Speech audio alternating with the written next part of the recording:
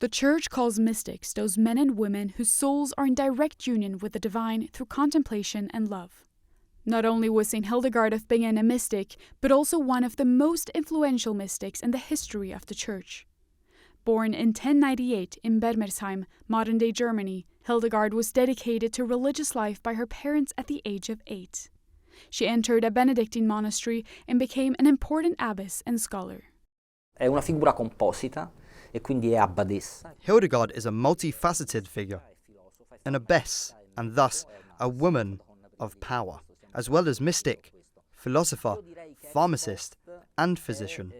Above all, she is a holy woman, and that is how we are primarily called to see her. I would say that in hindsight, what she developed in her visions represents the finest part of her legacy. Hildegard's extraordinary visions started in her early childhood.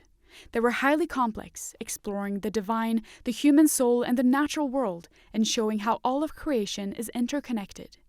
She later recorded them in adulthood, inspiring writings on theology, science, herbal medicine, and music that still resonate today. Around 1147, Pope Eugene III granted her permission to write and speak about her visions, an extraordinary privilege for a woman of that time. E il meglio di queste visioni non è These iconological works are capable of conveying meaning through colors and shapes, because we are embodied spirits, and often we understand much more through images than through words. capiamo molto di più dalle immagini che dalle chiacchiere.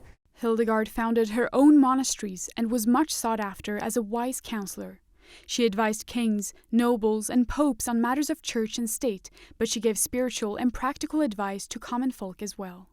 Her intimate relationship with God guided everything she did and wrote. Mistica, ma non nel senso del... Let's start with mystic, not in the sense of something incomprehensible, because mystic doesn't mean that. It means mysterious in Greek, and mystic means profound. So, it's about depth, a depth that is not reserved for a select few. La profondità che non è soltanto per pochi eletti.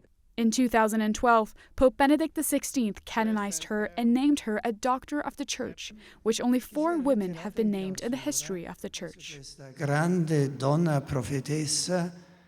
The great prophetess speaks to us with great relevance even today. Through her courageous ability to discern the signs of the times, her love for creation, her medicine, her poetry, and her music, which is now being revived. To this day, devotion to St. Hildegard continues, with many honoring her not only as a saint, but also as a composer, healer, and theologian whose teachings continue to inspire faith.